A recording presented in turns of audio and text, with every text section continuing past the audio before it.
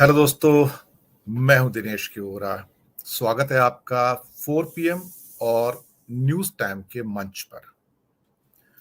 दोस्तों, आज आपको एक ऐसी दुनिया में लेके जा रहे हैं जो विज्ञान की दुनिया है, बहुत अलग है।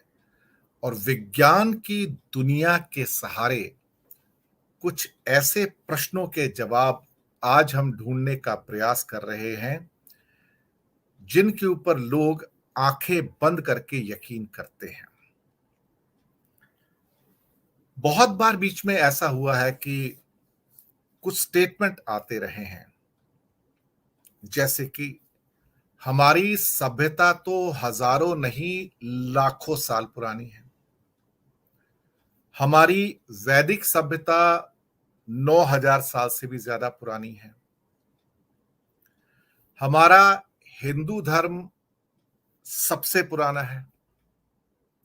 मैं स्वयं हिंदू हूं, मैं आपको पहले बताऊं। और हिंदुओं की जो सबसे अच्छी चीजें हैं उनको अपनाता भी हूं। लेकिन जब भ्रांतियां जन्म दे लेती हैं तो हिंदू धर्म के अंदर, जैसे कि पहले शास्त्रार्थ भी हुआ करते थे, उन शास्त्रार्थों के द्वारा जो गलत होता था या जो कुरीतियां होती थीं उनको मिटाने का भी प्रयास किया जाता था। इससे पहले मैं आगे बढ़ूं, मेरी आपसे गुजारिश है कि 4 PM को सब्सक्राइब कीजिए, लिंक्स आगे भेजिए। इसी प्रकार न्यूज टाइम दिनेश के वोरा को भी आप सब्सक्राइब कीजिए, बेल आइकन दबाइए, लिंक आगे भेजिए, ताकि दोनों चैनल आगे बढ़ें और आप तक कुछ ऐसी चीजें लेके आए जो बहुत कम लोग लेकर आते हैं। तो बात हो रही थी कि बहुत सारे ऐसे स्टेटमेंट आते हैं जिसमें कहा जाता है कि दुनिया का सबसे पुरातन धर्म हिंदू धर्म है। देखिए, दुनिया के हर कोने में सभ्यताएं पैदा हुई। उन सभ्यताओं का अपना विकास काल भी रहा, विनाश काल भी रहा, और वो सभ्यताएं दुनिया के सभी कॉर्नर्स में विकसित हुई। भारत के अंदर हम जिसे हिंदू पीरियड कहते हैं, एक्चुअली हिंदू शब्द पहले किसने दिया था? हिंदू शब्द दरअसल उन लोगों के लिए आता था जो सिंध नदी के उस पार रहते थे। कहां से देखो, अफगानिस्तान से देखो, या उससे उस साइड के जो मिडिल ईस्ट की जो जगह है, या यूरोप से देखो, तो वो लोग कहा करते थे कि सिंध नदी के उस पार जो रहते हैं वो हिंद के लोग हैं। उसका कारण यह था कि सिंध को ग्रीक जो थे सिंध बुला नहीं पाते थे, वो हिंद बुलाते थे उसको। और यहां के रहने वालों को सभी एक कॉन्टिनेंट की तरह, अगर कोई व्यक्ति इनको हिंद का कहते थे, या बाद में जिन्हें हिंदू भी कहना शुरू किया था, वो अरेबियंस थे। वो तो हमारा तो नाम भी देखा जाए तो उन्हीं का दिया हुआ है, लेकिन ये नाम हर उस व्यक्ति के लिए था जिसे आप सिंध के जो उस पार रहते हैं उनके लिए लागू किया जाता था। लेकिन ये धर्म के कॉन्टेक्स्ट में नहीं था। आज मैं चीजें आपको विज्ञान के कॉन्टेक्स्ट से बता रहा हूं कुछ, और ये लंबा एपिसोड है, आपको धैर्य रखना होगा, क्योंकि मैं बहुत सारी चीजें आपको आज अपनी पीपीटी के द्वारा समझाऊंगा कि भारतीय भूखंड के अंदर या बाकी कुछ भूखंडों के अंदर मानवता कैसे पहुंचती है, इंसान कैसे आता है वहां पे। तो आरएसएस अक्सर कहा करता है, मोहन भागवत तो अक्सर कहते हैं कि हम सब के पूर्वज हिंदू थे। तो हिंदुओं के पूर्वज कौन थे? यह सवाल किसी ने नहीं पूछा, लेकिन हम तो पूछना चाहेंगे, क्योंकि हम सिर्फ माइथोलॉजी पे या आंख बंद करके, जिसे एक ब्लाइंड फेथ होता है, उस पर यकीन नहीं करते हैं। हम विज्ञान पर आधारित होकर अपनी धारणाओं को पुख्ता यकीन के साथ आपके सामने पेश कर रहे हैं आज। तो हिंदुओं के कौन थे अल्टीमेटली जो एंसेस्टर थे? अगर कहा जाता है कि भारत में क्रिश्चियंस के, मुस्लिम्स के, सिखों के जो एंसेस्टर्स थे, जो पूर्वज थे, जो भागवत साहब कहते हैं सबके पूर्वज हिंदू थे, तो हिंदुओं के पूर्वज कौन थे? हमारी जो सभ्यता है, जो सबसे पुरातन कही जाती है, वो दरअसल वैदिक काल कहा जाता है, जिसको हिंदुओं का काल कहा जाता है। हालांकि हिंदू शब्द उस टाइम नहीं था, मैं आपको पहले बता दूं। अब वो इसलिए मैं कह रहा हूं कि न्यूज टाइम दिनेश के वोहरा के ऊपर मेरी एक सीरीज चल रही है वेदों के ऊपर, जिसमें ऋग्वेद के ऊपर 9 एपिसोड्स आ चुके हैं। 9 एपिसोड्स, वो भी भारत के सबसे बड़े writer, researcher, indologist Ashok Mishra ji के साथ में, और उनसे बातचीत करते हुए, और खास तौर से ऋग्वेद को पढ़ते हुए, जो सबसे पुरातन है, और ये संस्कृत में है, पुरानी संस्कृत में है, नई संस्कृत में नहीं, और वो इंडो यूरोपियन लैंग्वेज है, क्योंकि संस्कृत अकेली ऐसी लैंग्वेज नहीं है जिसे आप शुद्ध भाषा के रूप में देख सको। ऐसी ही शुद्ध भाषा जो है, जो संस्कृत की तरह है, दूसरी एक और शुद्ध भाषा है जो बिल्कुल हूबहू, जिसे क्या कहते हैं कि व्याकरण के रूप में, ग्रामर के रूप में उतनी ही शुद्धता लेके आती है, और वो मैंने अभी नाम लिया था इंडो यूरोपियन, वो है जर्मन लैंग्वेज। जिन्होंने जर्मन लैंग्वेज पढ़ी होगी उन्हें पता होगा कि जर्मन लैंग्वेज की व्याकरण कितनी विस्तारित है, कितनी बड़ी है, तो तब उस बात को पहचान पाएंगे। खैर, तो हिंदुओं के पूर्वज कौन थे? तो 3000 साल पुरानी वैदिक सभ्यता, बहुत ज्यादा हो गया तो उसको हम 3500 साल पुरानी गिनते हैं, सिर्फ 35, यानी कि 2000 साल तो ये हो गए, और उधर से 1500 बीसी। कुछ लोग उसको 900 बीसी भी गिनते हैं, यानी कि कुल मिला के 3000 साल पुरानी है। कुछ लोग उसको 3500 साल गिनते हैं। हाँ, जो ब्लाइंड फेथ रखते हैं, जिनको हिस्टोरिकल फिगर्स नहीं चाहिए, वो उसको खींच तान के कई बार 8-9 हजार साल पे ले जाते हैं, जिनके कोई पुख्ता एविडेंस मौजूद नहीं है। वो बड़ी बड़ी बातें करेंगे, यहां पे ये था, यहां पर वो था, लेकिन उसके कोई सबूत नहीं है। इतिहास को साक्ष्य चाहिए होते हैं, एविडेंस चाहिए होते हैं। हमारे जो पूर्वज हो सकते थे, इमीडिएट पूर्वज, यानी कि वैदिक काल से पहले, वो सिंधु घाटी की सभ्यता है, जो मोहनजोदड़ो, हड़प्पा, भारतीय साइड में है, ये तो दोनों पाकिस्तान में है, भारतीय साइड में लोथल, राखी गढ़ी ज्यादा पुराने हैं। और अब राखी गढ़ी से मिले हुए कुछ प्रमाणों के आधार पर, जो कि पिछले महीने काफी प्रमाण आए हैं, और मेरी कुछ विशेषज्ञों से बात हुई, तो उनका कहना है कि कहा जाता है कि ये जो सभ्यता है वो अप्रोक्सीमेटली 4.5 से 5,000 साल पुरानी है, लेकिन कुछ साक्ष्य ऐसे हैं जो उनको 5,000 साल से भी पुराना दिखाते हैं। और भारत में किसी भी सभ्यता के जो निशान मौजूद हैं, साक्ष्य मौजूद हैं, जहां पर उसके मकान हैं, नगर हैं, उनकी कलाकृतियां हैं, जो अवशेष हैं, वो सिर्फ और सिर्फ सिंधु घाटी की सभ्यता के हैं,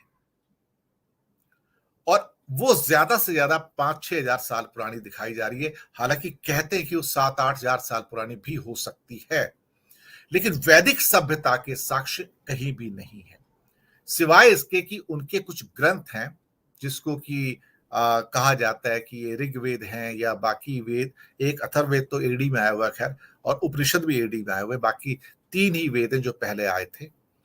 तो ये कहा जाता है कि वो, जिसको कि हिंदूज ने अपना बताया कि ये हमारे पूर्वज थे। चलिए मान लेते हैं ये आपके पूर्वज थे, और आपने इनके धर्म ग्रंथों को या इनकी लिखी हुई बातों को अपना लिया। चलिए वो ठीक है, हम उसके ऊपर कोई फिलहाल जिरह नहीं करेंगे। लेकिन भारत में सिंधु घाटी की सभ्यता वालों के पूर्वज कौन थे? अब इसके साक्ष्य मौजूद हैं। आप कहेंगे अभी मैंने कहा था कि उससे पहले के साक्ष्य नहीं है, तो इसके साक्ष्य कहां आए? जी हां, इसके साक्ष्य मौजूद हैं डीएनए थ्योरी के द्वारा। अब आप कहोगे डीएनए? जी हां, फोरेंसिक साइंस। जैसे कि पुराने आपको जो डीएनए मिलते हैं और डीएनए के प्रकार होते हैं, जब उनको मैच करते हैं, आपको यकीन नहीं आएगा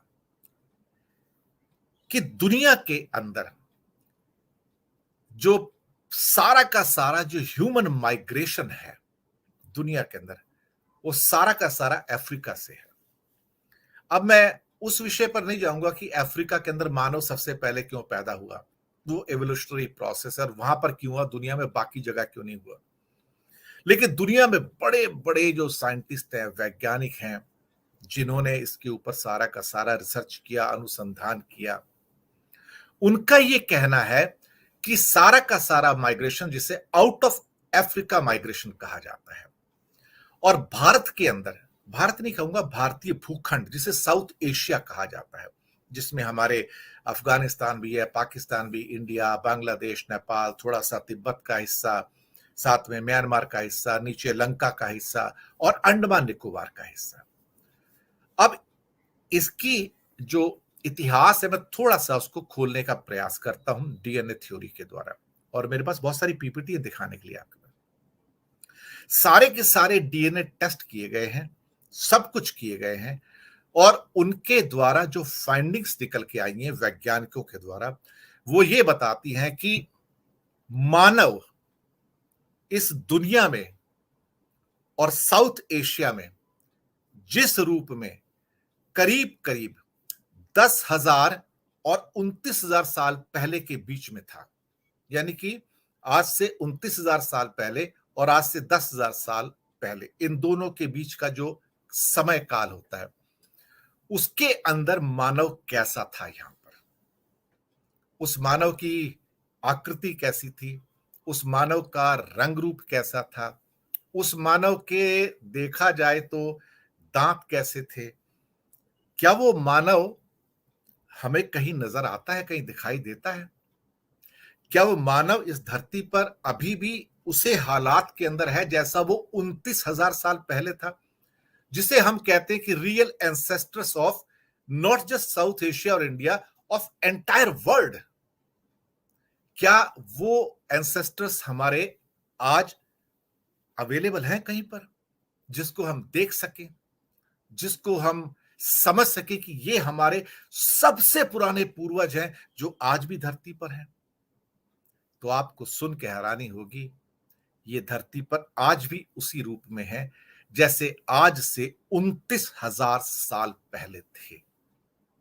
अब मैं वो सारी थ्योरी जो हमारे सो कॉल्ड बहुत सारे लोगों के द्वारा कही जाती कि हमारी सभ्यताएं तो लाखों साल पहले की हैं और ये हैं और वो हैं, उनको थोड़ा सा साइड ट्रैक करने का समय आ गया है, ताकि आप लॉजिकली, वैज्ञानिक रूप से समझ सकें कि हमारे वास्तव में पूर्वज कौन थे, कैसे दिखते थे। दोस्तों, चलिए आज इसी यात्रा पर, ये मैंने कहा ना कि एक अजनबी की यात्रा नहीं है, ये सोची समझी DNA based, forensic study based यात्रा है, और आपको इसके प्रमाण गूगल के अंदर बहुत सारे मिल जाएंगे, क्योंकि मैंने भी तो उसकी मदद ली है। चलिए चलते हैं आज इस यात्रा पे, और मैं आपको सबसे पहले बता दूं, इस पे जाने से पहले पहले ही खुलासा कर दूं कि वो सबसे पुराने जो दुनिया के पूर्वज हैं, जो भारतीय भूखंड के अंदर 10,000 साल और 29,000 साल पहले थे, जो दुनिया के सबसे पुराने एग्जिस्टिंग पूर्वज हैं, वो है हमारे अंडमान निकोबार के ट्राइबल्स। अंडमान निकोबार के ट्राइबल्स जो आज भी उसी रूप में है इस धरती पर जैसे वो 10,000 साल पहले और 29,000 साल पहले के कालखंड में थे। कितने हैं टोटल मिला के? मुश्किल से 700 एक्सटिंक्ट होने वाले हैं। ये रेस समाप्त हो रही है। ये धरती के पूर्वजों को बचाने की जरूरत है। ये हम सब के पूर्वज हैं, जिसे लोग कहते हैं ना कि हिंदू सबके पूर्वज थे। नहीं साहब, ये हिंदुओं के भी पूर्वज थे, असली पूर्वज थे। तो चलिए इस यात्रा पर चलते हैं। आज विज्ञान के माध्यम से चीजों को समझते हैं कि ये चीजें क्या थी। हमारे एंसेस्टर्स कहां से आते हैं, इसको समझते हैं। चलिए, गेटिंग टू नो अंडमानीज। जी हाँ, अंडमान को समझते हैं और इसके द्वारा हमारे धरती के सबसे पुराने एग्जिस्टिंग सर्वाइविंग पूर्वज को समझने का प्रयास करेंगे। हमारे एंसेस्टर्स कहां से आए, इसकी स्टडी है ये। दोस्तों, ये अर्ली इंडियन से किताब भी थी, the story of our ancestors and where we came from, हम आए कहां से हैं अल्टीमेटली। दोस्तों, मैंने इसके लिए इंटरनेट पर और बाकी बहुत सारे जो सोर्सेस हैं उनको मैंने खंगाला, वहां से जानकारियां निकाली, बहुत सारे रिसर्च पेपर पढ़े और इस पर्टिकुलर मटेरियल को तैयार करने में मुझे बहुत लंबा वक्त लगा है। मैं आपको पहले बताऊं, बहुत लंबा वक्त, ये कोई एक दो दिन का वक्त नहीं था। इसके अंदर मैंने ना जाने कितने हफ्ते खर्च किए हैं, कितनी स्टडीज की हैं, कितना रिसर्च किया है, तब कहीं जाके मैं इन अनुमानों पर और इस पीपीटी के ऊपर पहुंचा जो आपको बताई जा सके ऑथेंटिक रिपोर्ट के साथ में। दोस्तों, यहां पर यह है हमारा अंडमान और निकोबार आइलैंड। यहां पर अगर यहां पर आप देखेंगे कि ये भारत का नीचे का हिस्सा है और उसके राइट में छोटा सा आपका एरिया अंडमान निकोबार बताया, जो मैंने यहां पर इस पीपीटी में जो पीले रंग में, थोड़ा सा हरे रंग में बीच में और नीले रंग में, ये सारा का सारा मैंने आपको बताने का प्रयास किया कि ये हमारा अंडमान निकोबार आइलैंड है और इसमें हैवलॉक आइलैंड्स भी हैं, नील आइलैंड भी है जो कि टूरिस्ट के अट्रैक्शन होते हैं, और इसमें निकोबार भी आता है एक्चुअली, अंडमान एंड निकोबार। तो ये यहाँ पर वो जो पोर्ट ब्लेयर और साथ में हैवलॉक और नील आइलैंड जो मैंने बताया कि ये बेसिकली जो टूरिस्ट आइलैंड है जहाँ पे हमेशा लोग जाते हैं। खैर, अब ये दरअसल हमारा जो अंडमान निकोबार के जो ट्राइबल्स हैं, लगभग 700 अभी जो बचे हैं, यही हमारे भारतीयों के भी और पूरी दुनिया के बचे हुए सर्वाइविंग मोस्ट एंशिएंट एंसेस्टर उसी रूप में है जैसे आज से 29,000 साल पहले थे। ये उनके फोटोग्राफ्स रेयर फोटोग्राफ हैं, लेकिन नेट पे काफी अवेलेबल इस समय है, पहले नहीं हुआ करते थे। ये इस रूप में आप इन्हें देख सकते हैं। यहाँ पर ये अर्ली इंडियंस जिसे आप कहते हैं।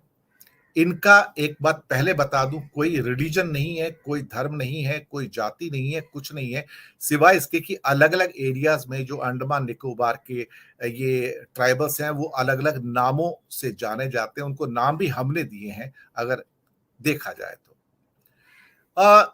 घटना ऐसे घटती कि 17 नवंबर 2018 को एक वहां की जाति है सेंटिनलीज।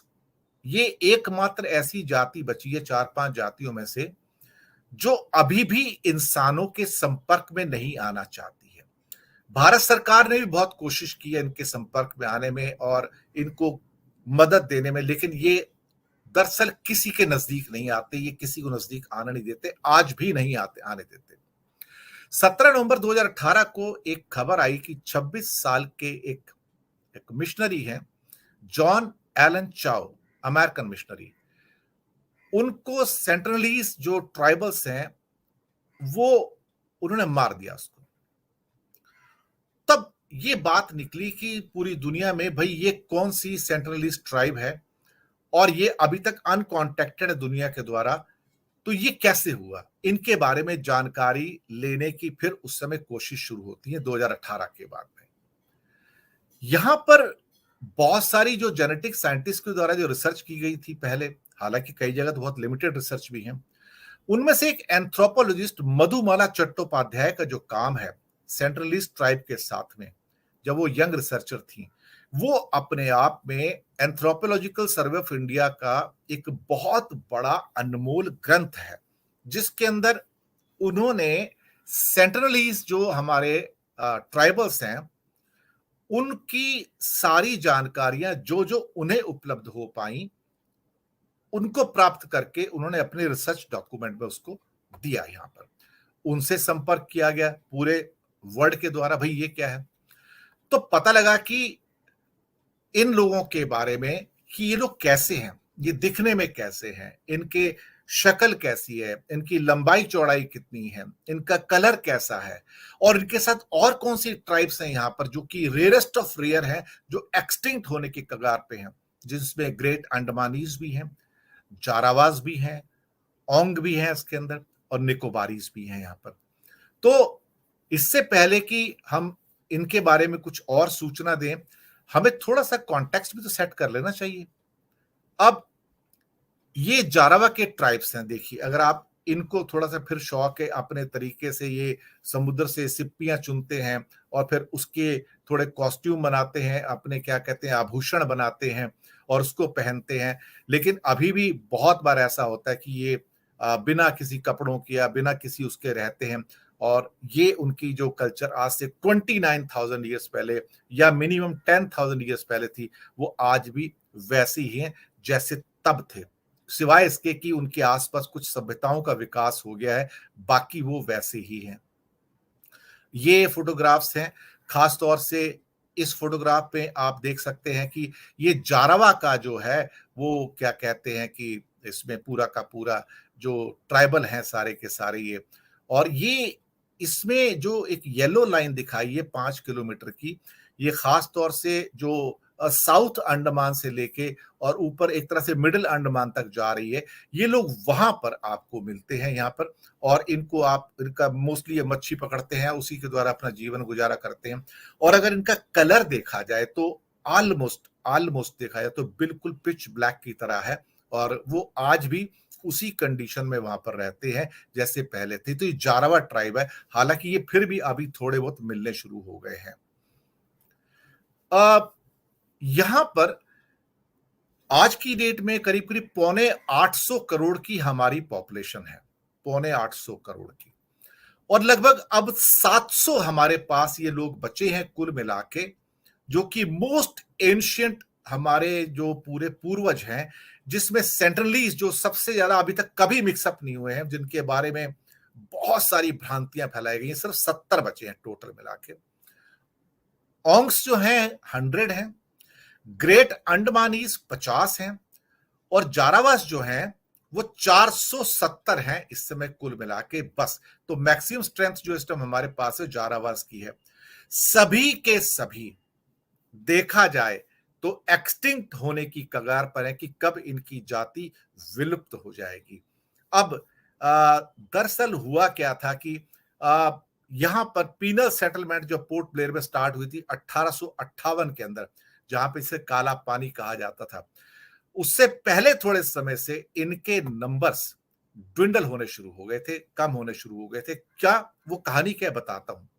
ये पोर्ट ब्लेयर की वो काला पानी की जेल है जिसको आप चित्रों में यहां पर देख सकते हैं। ये उसका विहंगम दृश्य है काला पानी की जेल का, जो कि अंडमान निकोबार में पोर्ट ब्लेयर के अंदर है, जहां पर लाइट एंड साउंड शो भी रात को दिखाए जाते हैं।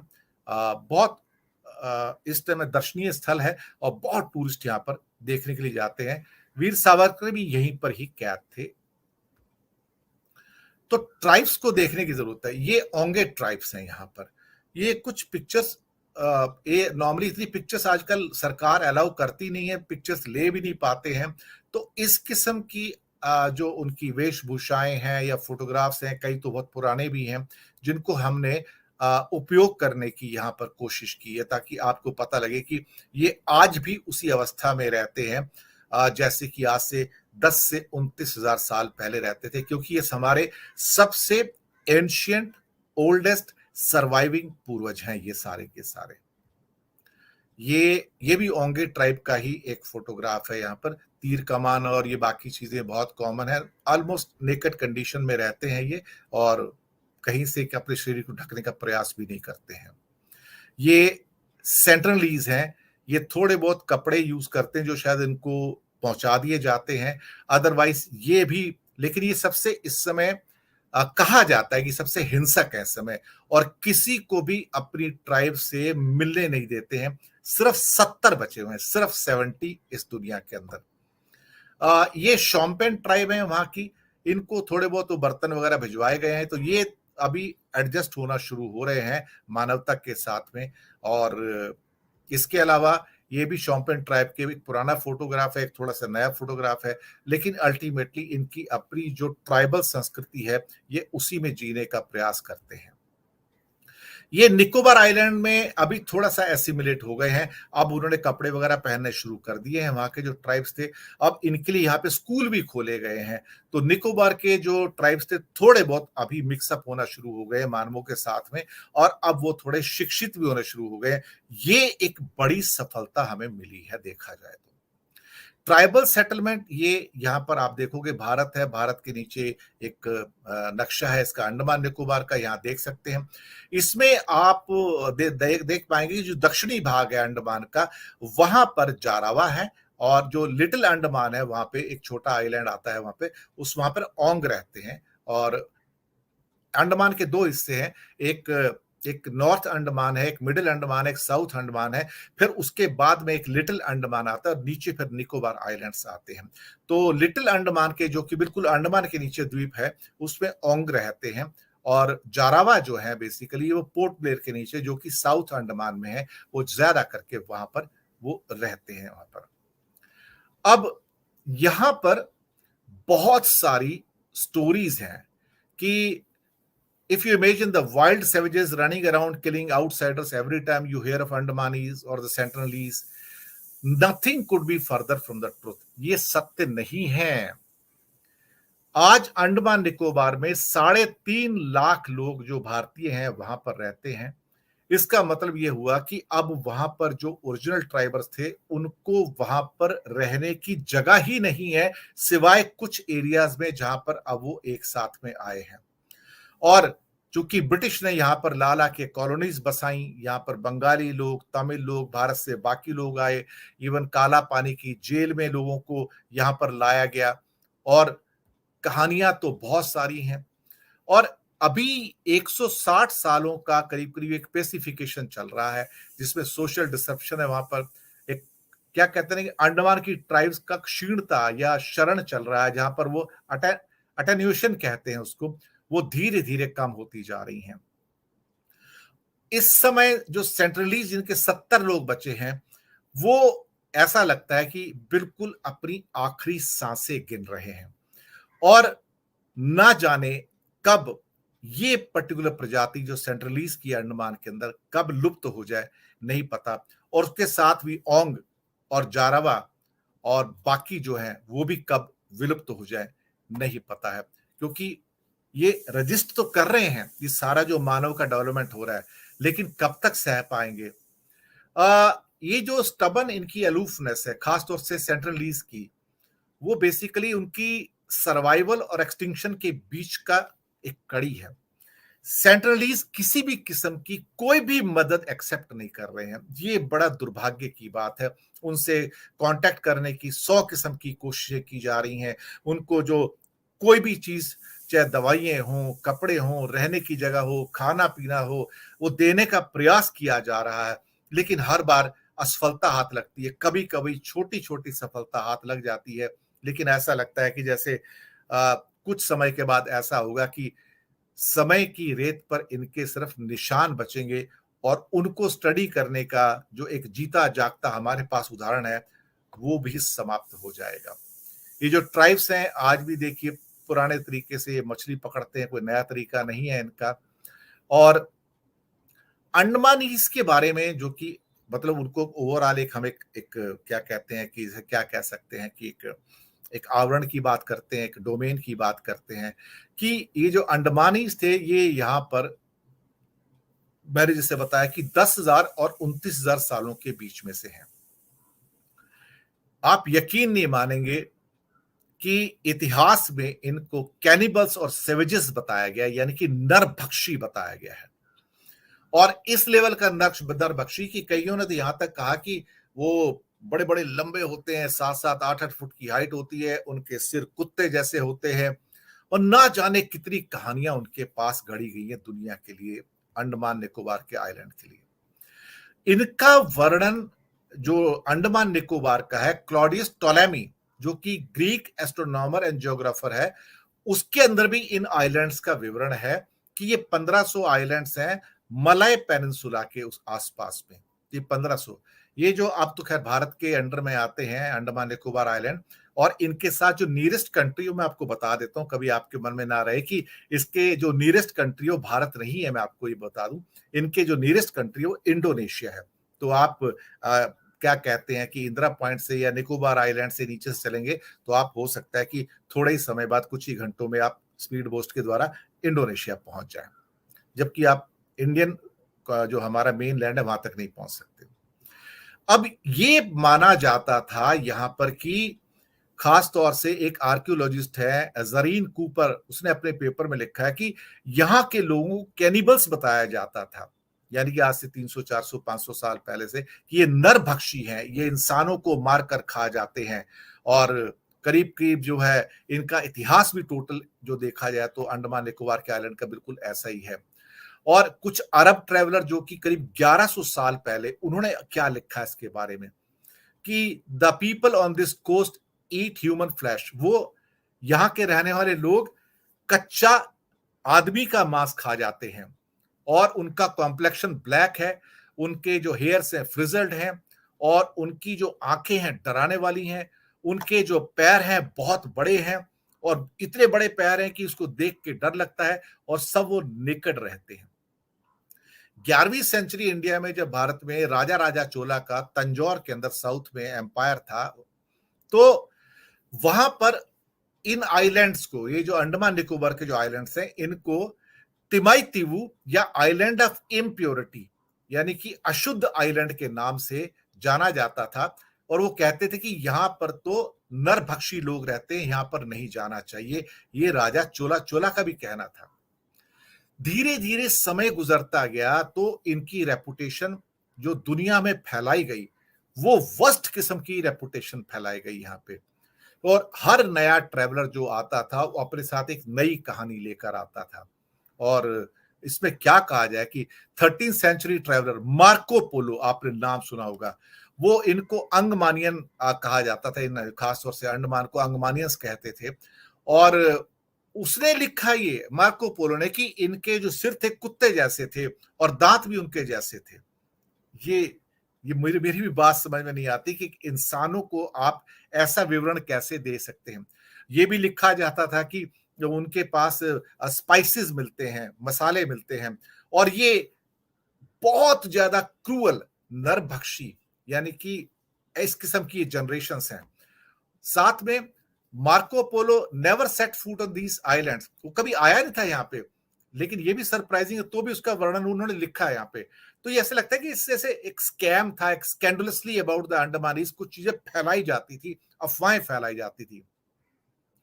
और इसमें हुआ क्या कि मैं आपको बताऊं कि साउथ ईस्ट एशिया के अंदर, साउथ ईस्ट एशिया में जो उस समय जो जातियां रहती थी, जैसे कि मनी एक जाति होती थी जो थाईलैंड में रहती थी, जिसे सियाम कहा जाता था पहले।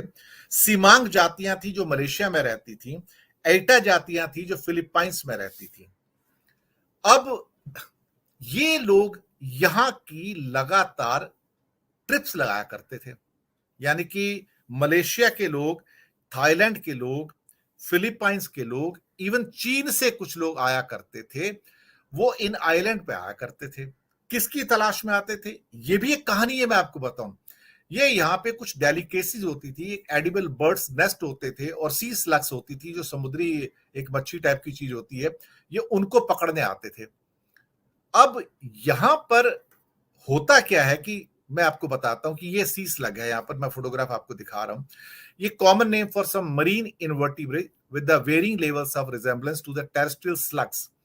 ये जो बेसिकली एक स्नेल टाइप की चीज है, और over the evolutionary time have either completely lost their shells or have seemingly lost their shells due to having a greatly reduced or internal shell. Sea slug is most often applied to the nudibranchs, और ये खाने में ये use की जाती थी उनके द्वारा। और ऐसी ही एक क्या कहते हैं कि एडिबल नेस्ट थे, जिसको स्विफ्टलेट कहा जाता था, जिसको भी एक क्या कहते हैं सूप वगैरह बनाने के लिए यूज किया जाता था, जो इस किस्म का एक लार्वा जो होता है बर्ड्स का, उससे ये नेस्ट बनता था और उसको ये लोग सूप बनाने में इस्तेमाल करते थे यहाँ पर। खैर, ये इन फोटोग्राफ्स को आप अपने यूट्यूब चैनल पे थोड़ा बैक करके भी आराम से भी देख सकते हैं। तो यहां से ये लोग जो थे, खासतौर से जो सिमांग थे, मनी थे, एटा थे या चाइनीज थे, ये इनको यहां से चीजें लाके प्रॉफिट कमाया करते थे। एक चीज और थी जो बड़ी इंपॉर्टेंट थी, वो थी स्लेवरी, यानी कि गुलामों को यहां से लेकर जाना।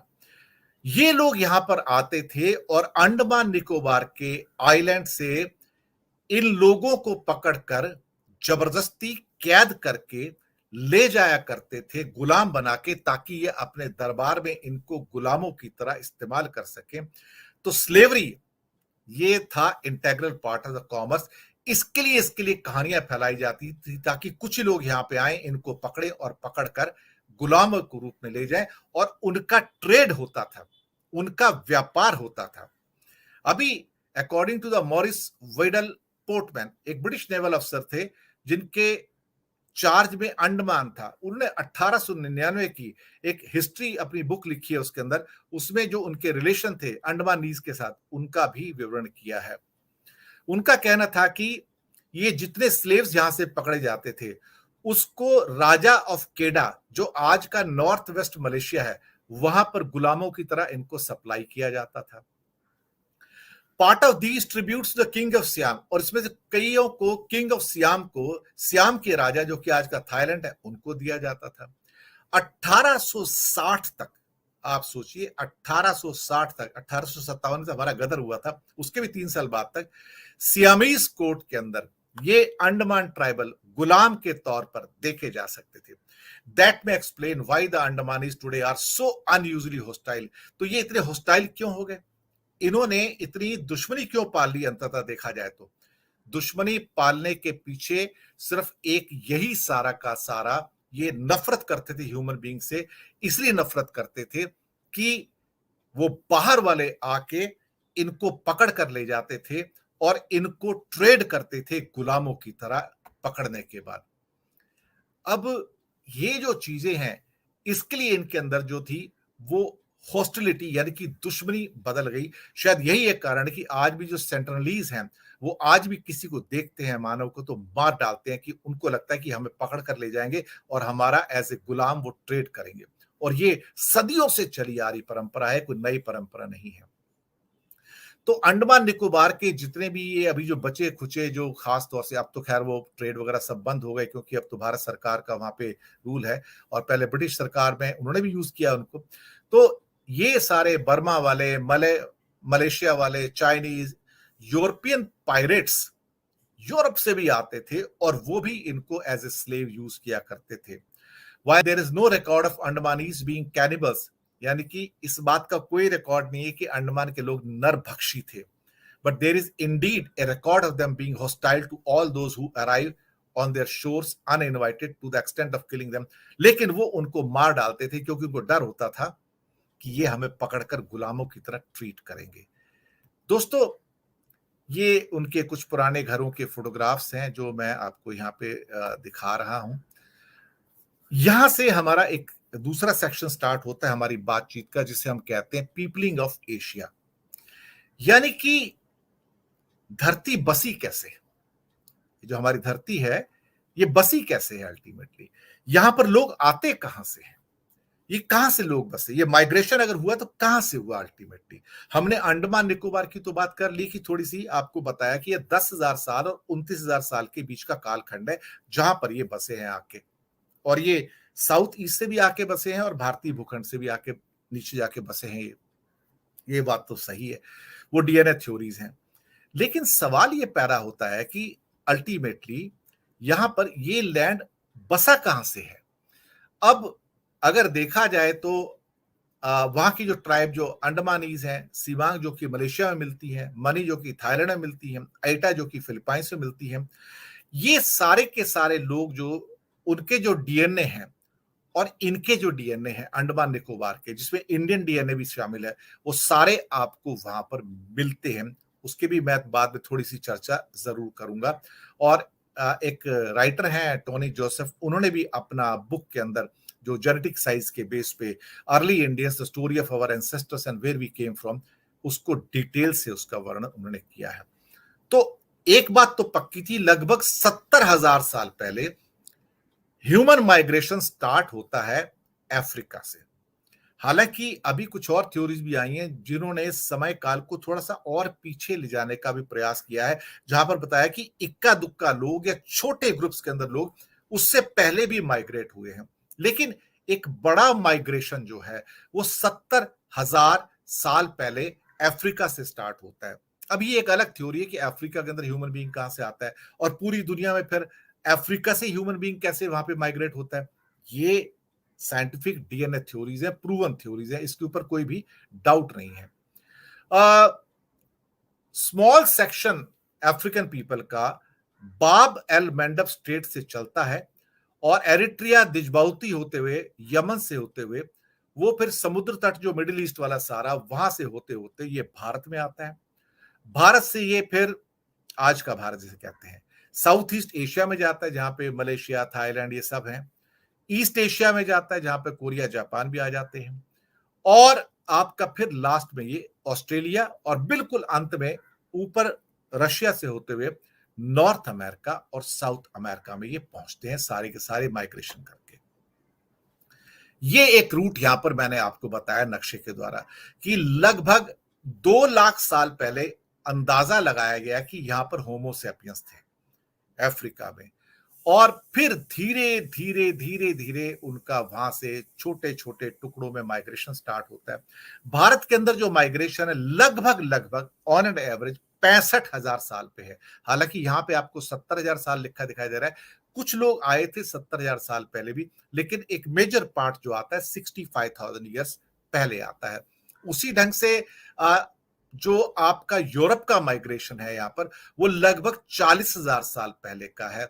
उसके साथ जब भारत से ये लोग निकलते हैं 65,000 साल में, तो 60,000 साल का जो हमारा माइग्रेशन है वो सारा का सारा जो कहते हैं वो साउथ ईस्ट एशिया का है, जिसमें आपका थाईलैंड भी है, कंबोडिया, वियतनाम, ये सब आते हैं और म्यांमार वगैरह भी आते हैं।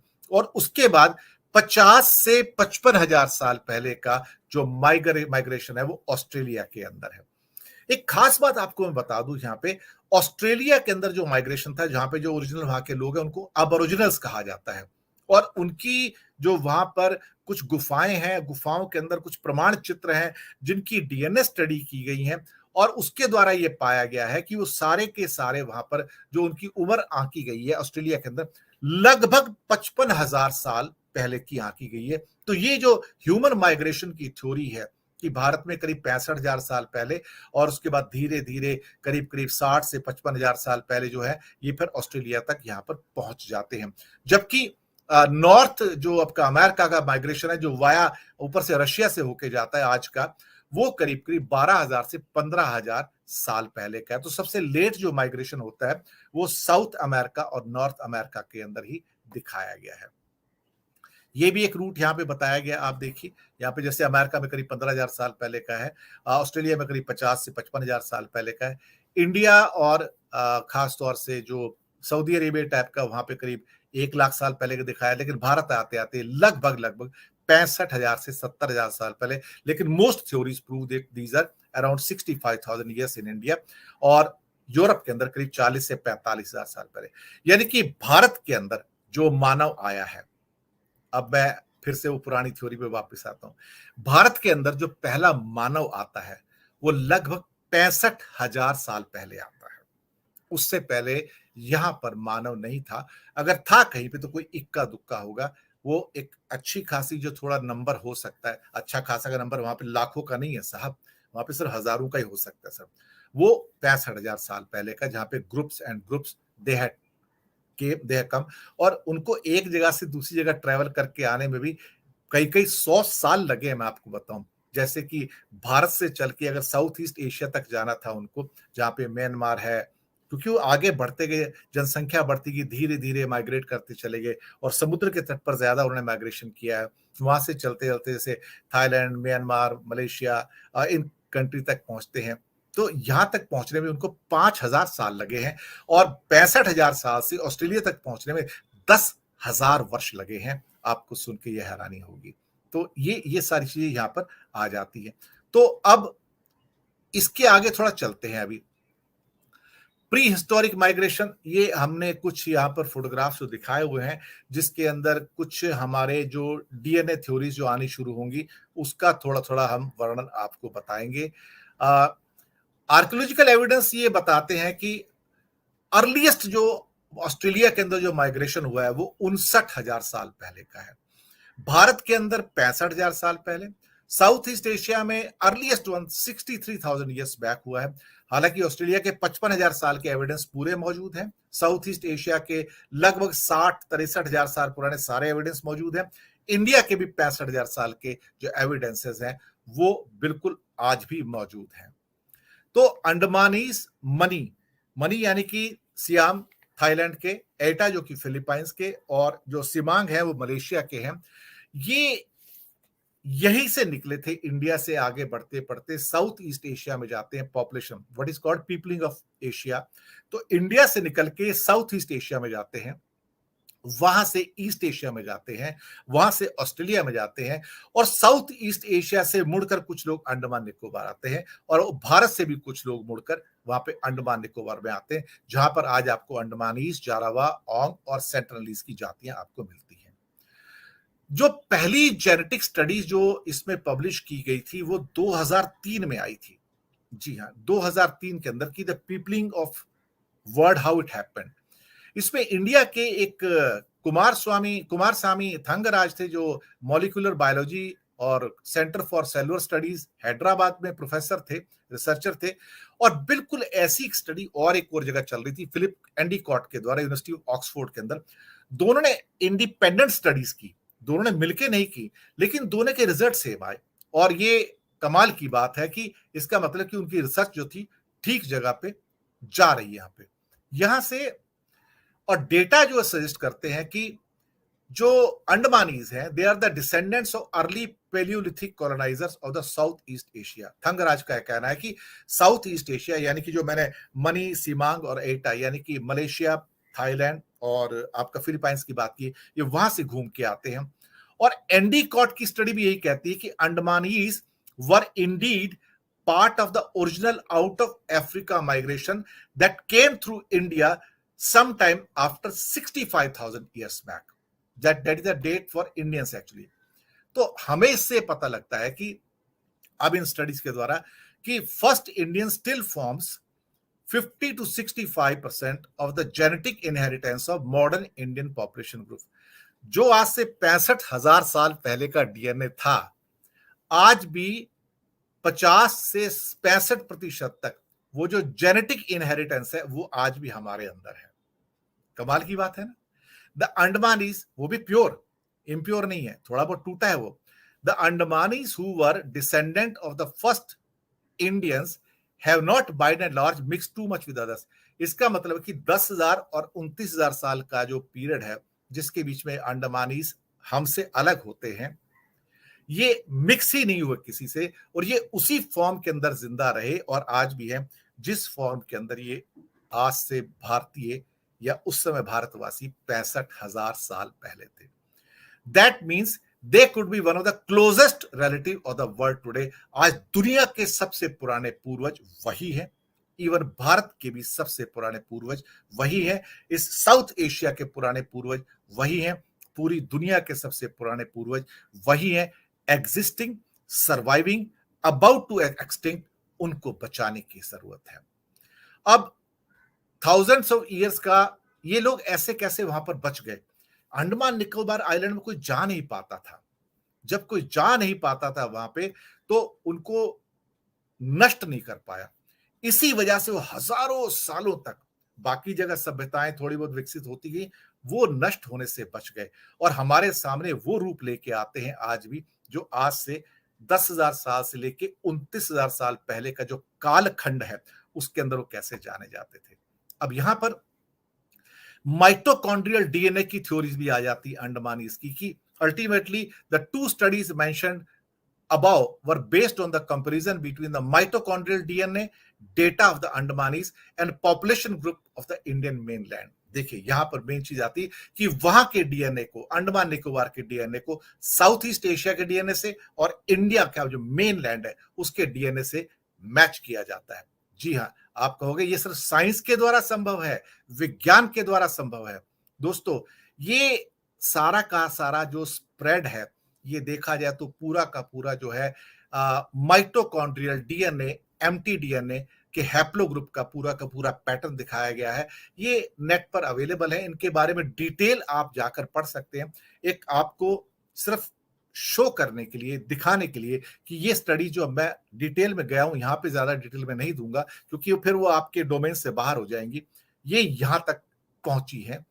इसी ढंग से ये फोटोग्राफी इसी बात को शो करता है कि माइटोकॉन्ड्रियल जो डीएनए हैप्लोग्रुप जो है, जो इंडिया में और अंडमान में पाया जाता है, वो इस रूप में पाया जाता है।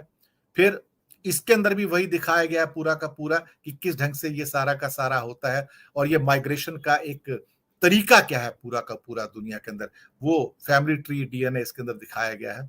यहां भी उसको दिखाने का कोशिश किया गया है। यहां भी देखेंगे तो इंडिया के नीचे 60 से 70,000 साल पहले का वो सारा जो वर्णन है वो लिखा हुआ है, देखा जाए तो यहां पर। अब माइटोकॉन्ड्रियल डीएनए जो जेनेटिक कोड है वो वन जनरेशन से दूसरी जनरेशन को पास ऑन होता है। इसलिए जैसे मदर टू डॉटर को जाता है, जैसे कि वाई क्रोमोसोम्स जो है वो फादर टू सन के अंदर जाते हैं और फिर आगे आगे चलते चले जाते हैं। If women has a genetic mutation that causes her mitochondrial DNA to be different from her mother's, then her daughters will also carry the mutated mitochondrial DNA। ये एक फैक्ट है और म्यूटेशन होते रहे हैं, ऐसी बात है म्यूटेशन नहीं आएंगे, बट ओवरऑल पिक्चर थोड़ी थोड़ी ठीक रहती थी वहां पर। अब इसके द्वारा ये पॉसिबल है कि यहाँ के जो माइटोकॉन्ड्रियल जो हमारे डीएनए थे वो किस ढंग से स्प्रेड होते हैं एक जगह से दूसरी जगह, लेकिन उनका जो बेसिक जो एक डीएनए का स्ट्रक्चर है वो वही रहता है जो ओरिजिनली हमें पाया गया था। Andamanese carried the mitochondrial DNA haplogroup M2 and M4। अब कमाल की बात है, और पहले ये कहा गया था कि M31 एंड M32 जो इंडिया में नहीं पाया जाता था और वो भी उनके अंदर पाया जाता था, लेकिन बाद में कुछ स्टडी हुई जिसके बाद ये कहा गया कि इंडियंस के अंदर भी M31 एंड M32 जो आपके डीएनए थे वो पाए जाते थे और M2 और M4 भी पाए जाते थे। ये सब वही थे जो सारे के सारे अंडमान निकोबार के लोगों में थे और भारत का जो मेन लैंड है वो उसके अंदर भी थे। तो M2, M4, M31 there on Indian mainland as on the Andaman, जैसे कि इसका हमारा टाइटल भी यहां पर स्लाइड के अंदर लिखा हुआ है। रिजल्ट क्या था, ये जो कि फाइन ट्यून की गई 2006 के अंदर, when another research paper found that M31 was Indeed present in the mainland India. तो M2, M4, M31 ये सभी भारतीय लोगों में, हमारे में और आप में पाए जाते हैं, जो बेसिकली सारे के सारे अंडमान निकोबार के जो ट्राइबल्स है उनके अंदर पाए जाते थे। इसका मतलब ये हुआ कि migration to the Andaman could not have happened before the emergence of M31 haplogroup, और इसकी जो डेट लगाई गई है, आउटसाइड डेट जो है, जो माइग्रेशन होता है खासतौर से अंडमान में, वो 29,000 ईयर्स है, और जो मिनिमम टू मिनिमम जो लगाई गई है वो 10,000 ईयर्स का इसमें लगाया गया है यहाँ पर इसके द्वारा कि ये 10,000 साल और 29,000 साल के बीच का एक टाइम पीरियड है, जिसके द्वारा हमें ये कहा गया है कि यहाँ पर ये माइग्रेशन अंडमान निकोबार में मेनलैंड से और साउथ ईस्ट एशिया से हुआ था। इसके बाद और भी स्टडीज आई हैं, 2008 में भी आई हैं, और लेकिन सभी स्टडी एक तरह से जो पुरानी स्टडीज हैं उसको कंफर्म करती हैं। तो ये भी एस एस बारिक की जो स्टडी है, जो अंडमान के ऑक्यूपेशन की है, वो भी 29,000 साल और 10,000 साल का जो टाइम पीरियड है आज से पहले का, उसको ये लोग वहां पर दिखाते हैं। इसका मतलब ये हुआ कि 10,000 साल पहले अगर देखा जाए तो ये सारे के सारे ट्राइबल्स अंडमान में थे, और 29,000 साल पहले भी थे, कुछ लोग कहते हैं। तो ये एक टाइम पीरियड यहाँ पे कि इसके बीच में वो लोग वहां पे आ गए थे और ओरिजिनल रूप में जैसे वो साउथ ईस्ट एशिया में थे और भारत के मेनलैंड में थे, जिनके M2, M4 और M31 डीएनए स्ट्रक्चर थे वहां पर। मुसीबत यह है कि अब हमारे पास, हमने जो एक्सकेवेशन किए हैं, वहां पे जो खुदाई की है, हमने जो कुछ चीजें जानने की कोशिश की अंडमान निकोबार में, अभी तक हमारे पास जो प्रमाण आते हैं 2200 साल के आते हैं। हमने वहां पर खुदाई ही नहीं की है, या फिर हम खुदाई कर ही नहीं पाए हैं। जरूरत इस बात की है, जहां पर आर्कियोलॉजिकल सर्वे ऑफ इंडिया से कहा जाता है कि अंडमान निकोबार की खुदाई करके वो सारे साक्ष्य जुटाइए जो कि 10,000 और 29,000 साल पहले के थे, क्योंकि वो बहुत जरूरी है। वो वहां पर थे एक्चुअली, देखा जाए तो ऐसा नहीं कि वो नहीं है, वो वहां पे थे, जो डीएनए की थ्योरी शो करती हैं। और इससे पता लगता है कि जो आउट ऑफ अफ्रीका माइग्रेशन है, और हमारे जो सबसे जो बचे हुए जो पूर्वज हैं, जो ग्रेट अंडमानीज नॉर्थ अंडमान के, जारावा साउथ एंड मिडिल अंडमान में, ओंगे इन द लिटिल अंडमान में, सेंट्रलीज इन नॉर्थ सेंट्रल आइलैंड के अंदर, और इसके अलावा निकोबारियंस जो हैं निकोबार आइलैंड के अंदर हैं। और बहुत सारी थ्योरी हैं, बहुत सारी थ्योरीज के बारे में, जहां पर उनको एक किस्म से कहा जाए कि कैनिबल के रूप में प्रेजेंट किया गया, और जहां पे नरभक्षियों के रूप में, राक्षस के रूप में प्रेजेंट किया गया, वो बिल्कुल गलत था। एक्चुअली इनको ये भी मासूम लोग थे, और यही वो लोग थे जो इस भारत भूमि पर थे और माइग्रेट होकर वहां पर गए थे 10 साल, और देखा जाए तो 10,000 साल और 29,000 साल के बीच में। ये हमारे पूर्वज हैं, ये पूरी दुनिया के इस समय एग्जिस्टिंग पूर्वज हैं। ये मैंने दोस्तों बहुत मेहनत की है इसके ऊपर। आप इस वीडियो को आगे भेजिएगा, लोगों को बताइएगा इस बारे में कि विज्ञान जब कोई चीज पेश करता है तो सोच समझ के, ठोक पीट के आप लोगों के सामने लेकर आता है। और आज हमारी जीवन या जिंदगी बेहतर है तो विज्ञान की वजह से। मैं आपसे बात कर रहा हूं वीडियो रिकॉर्ड करके तो विज्ञान की वजह से। अगर मेरे सामने लाइट है तो विज्ञान की वजह से, लैपटॉप है तो विज्ञान की वजह से, कम्युनिकेशन है तो विज्ञान की वजह से। ये चीजें इंपॉर्टेंट हैं, इनकी हमें सराहना करनी होगी। और ये जो वैज्ञानिक आधार हैं, डीएनए थ्योरीज हैं, वो बाकी सारी थ्योरीज को एक तरह से कहा जाए निगेट कर देते हैं। इसलिए अब फिर वापस आता हूं पुरानी बात पे, कि जहां पर भागवत साहब ने कहा था, बिना किसी पूर्वाग्रह के मैं कह रहा हूं, नथिंग अगेंस्ट भागवत और आरएसएस, कि हमारे सबके पूर्वज हिंदू थे। तो हिंदुओं के पूर्वज कौन थे? हिंदुओं के पूर्वज वो जो यहां पर जिनको सिंधु घाटी की सभ्यता के लोग कहा जाता है, उनके पूर्वज कौन थे? ये सबसे पुराने पूर्वज कौन थे? वो जो अंडमान निकोबार आइलैंड के ट्राइबल्स हैं, जिनका कोई धर्म नहीं है, कोई जाति नहीं है, वो मानव है, वो इंसान है। 700 हैं, बस 700, और उसमें सेंट्रलीज सिर्फ 70 हैं। इन सबको बचाने की जरूरत है, सुरक्षित रखने की जरूरत है, किसी भी कीमत पर सुरक्षित रखने की जरूरत है, क्योंकि ये मानवता के सबसे पुराने पूर्वज हैं, मोस्ट एंशियंट हमारे, ये क्या कहते हैं, सर्वाइविंग एंसेस्टर्स हैं, जीते जागते पूर्वज हैं। इनसे पहले जो थे वो इन्हीं के जैसे लोग थे। तो जैसे मानव इस धरती पर 29,000 साल पहले था, उसी रूप में आप इन ट्राइबल्स को देख पाएंगे अंडमान निकोबार के ऊपर। आपको, मुझे उम्मीद है कि ये एपिसोड अच्छा लगा होगा। इसे पूरा देखिएगा, पूरा देखेंगे तो बहुत सारी चीजें समझ में आएंगी। ये भी समझ में आएगा कि ऐसे एपिसोड्स को तैयार करने के लिए कितनी मेहनत लगती है, कितना हार्डवर्क लगता है, कितनी रिसर्च लगती है।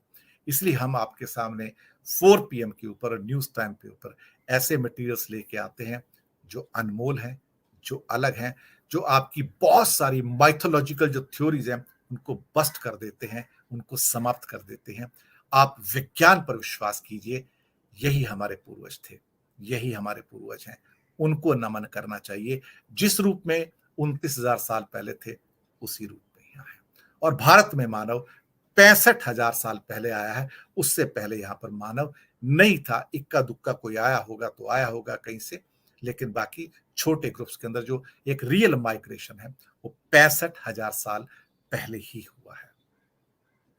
शुक्रिया अदा करूंगा जिनके फोटोग्राफ्स मैंने यूज किए हैं, मटेरियल यूज किया है, उन सबके लिए आभार व्यक्त करूंगा कि एक एकेडमिक डिस्कशन के रूप में मैंने आपके सामने पेश किया। तो उन धारणाओं पे मत जाइए जो लोगों को धर्म के आधार पर या भावनाओं के आधार पर आपको बताते हैं। ये साइंस है, इसको देखिएगा, इसे पढ़िएगा। इसी के साथ मैं आपसे विदा लूंगा और आपसे रिक्वेस्ट करूंगा, फिर से गुजारिश करूंगा कि 4 PM को सब्सक्राइब कीजिए, लिंक्स आगे भेजिए। न्यूज टाइम दिनेश के वोरा को भी सब्सक्राइब कीजिए, लिंक आगे भेजिए, अच्छी पत्रकारिता को बढ़ावा दीजिए, ऑथेंटिक, सच्ची, सीधी, जो बिल्कुल वैज्ञानिक आधार पर आपके सामने आए। फीडबैक दीजिएगा, प्रोग्राम कैसा लगा। धन्यवाद।